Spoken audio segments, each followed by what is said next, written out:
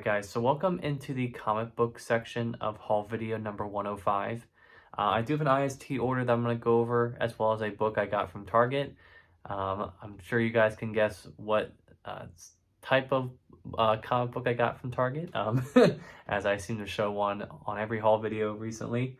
But I do have another in-stock trades order coming. It actually just shipped yesterday, so I should be getting it by hopefully next week. Maybe this week, but I doubt it. So we'll see how that goes, but very excited to get that stuff as well. So yeah, let's get into this here. So actually, before we get into my in-stock trades order, I do want to show the book I got from Target, which, surprise to no one, is manga.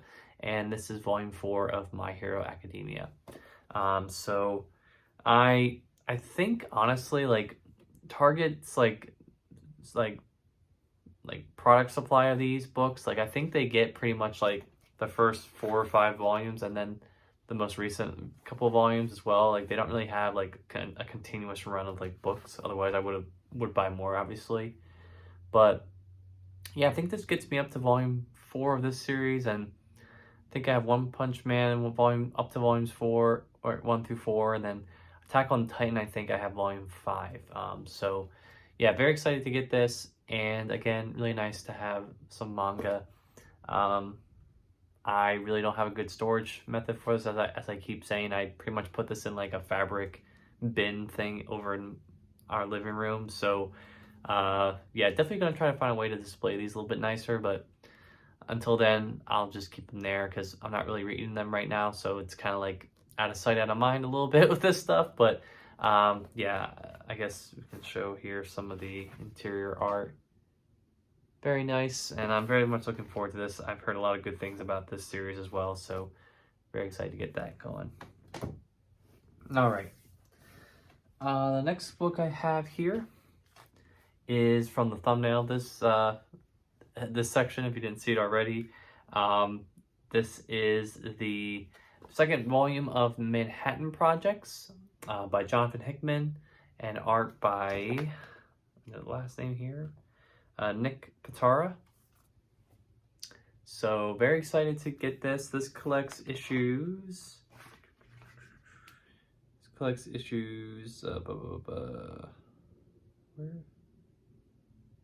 Why does it not say? I'm gonna assume it's like, yeah, it's 6 through 10. Sorry, that was really hard to find. It like image trades, they don't put the contents of what's collected on the back of them, unfortunately. But yeah, very excited to get this. You can see here the interior arts. Make sure I'm not showing anything too graphic. There's that. So I do have, I think, 4 more volumes left to get for this. So again, collecting that pretty slowly, but kind of keeping those on my in-stock trades wish list for when I make orders and I need to get to $50, or those are cheaper trades just to throw on the pile to get that $50 free shipping limit. So hence the reason why I do that. All right. Next book I picked up here was a book that recently came out, and very excited to pick this up. I recently finished a readathon of this character, and looks like I'm going to be going back and revisiting the character at some point, maybe when there's a season 2 of their show, and that is Moon Knight Legacy. So this collects Moon Knight numbers 188 through 200. So this is obviously the legacy numbering and the legacy era of Moon Knight. So hence the reason why it's called Moon Knight Legacy. You can see here the spine, pretty thin book for $40, I think. I think this definitely got the new character hype inflation right there. I think this definitely could have been cheaper. Yeah, I'm very excited to read this. Again, I haven't read this material, obviously. I've read the original Moon Knight stuff. I read the Jeff Lemire run.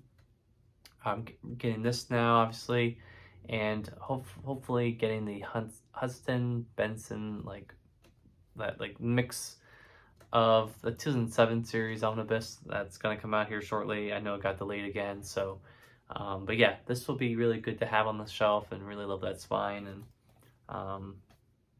could I have waited a little bit longer for this and probably got a cheaper price? Yeah, but I was kind of buying off of the hype of the show. Honestly, for anyone who hasn't seen the Moon Knight show, I definitely am really loving it personally for myself. It's definitely a different take on a Marvel show. I feel like it doesn't really feel like a superhero show, honestly, at times. But yeah, I'm very excited to see where it goes. We're already 3 episodes in and got 3 more to go. So hopefully, it'll end with a crazy ending and definitely see some similarities from the comics that I feel like are seeping out, which is always really cool. Hence the reason why I wanted to read the material before the show. But yeah, anyways, that's that.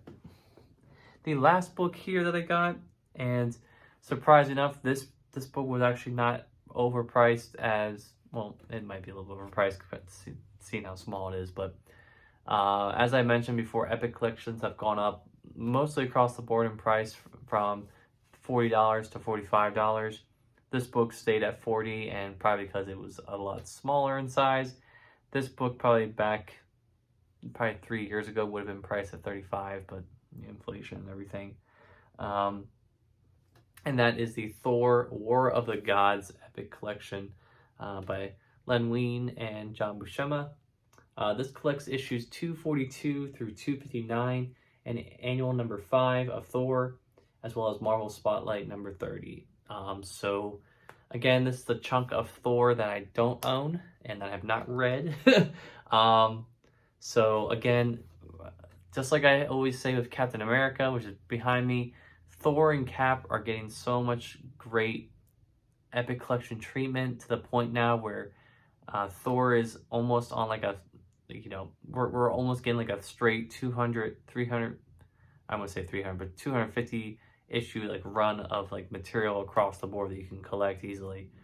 Obviously, taking into account the fact that some Epic collections have gone out of print.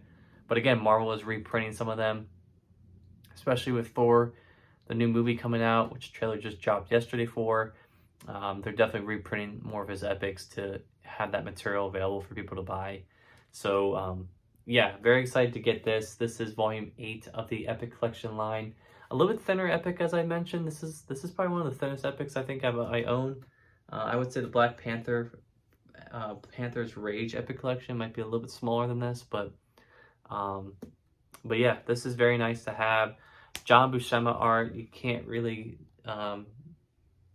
ask for much better Silver Age art than his. I mean, him and his brother Sal, they're definite go-tos and bread and butters of the Silver Age era. So I'm very excited to read this. When I will get around to all this, I think is left to be seen. At this point, like I have said with Cap, I'm just waiting for, a straight run to be fully collected so I can jump in and not have to jump back to certain areas. I try to avoid that as much as I can. It's just something that I don't want to have to do. I've done that, like I said, with Avengers. I've had to jump back and forth through eras, and it's not so bad, once you actually read a lot and you kind of can like see where it fits into the whole mythos of the story. But yeah, I don't know why I went on that rant, but yeah, that is my comics. Not really too much to talk about here, but again, maybe just talk a little about what I'm reading right now, actually, too. Currently reading the Doctor Strange Sorcerer Supreme Omnibus Volume 1. I don't have Volume 2, and I'm really hoping for a reprint at this point for that. But yeah, so that's where I'm at right now. I'm getting near the end of my Doctor Strange readathon for the stuff that I currently own. After this, I have the Afterlife Epic Collection and the 2 oversized hardcovers for Jason Aaron's run on Doctor Strange. So yeah, hopefully I probably will be reading a little bit of Doctor Strange after the movie comes out after we see it, but I think I'm at a pretty good pace here. So, but yeah, I should have more comics hopefully for you guys next week, so stay tuned for that stuff. But I hope you enjoyed this comic book section of haul video number 105.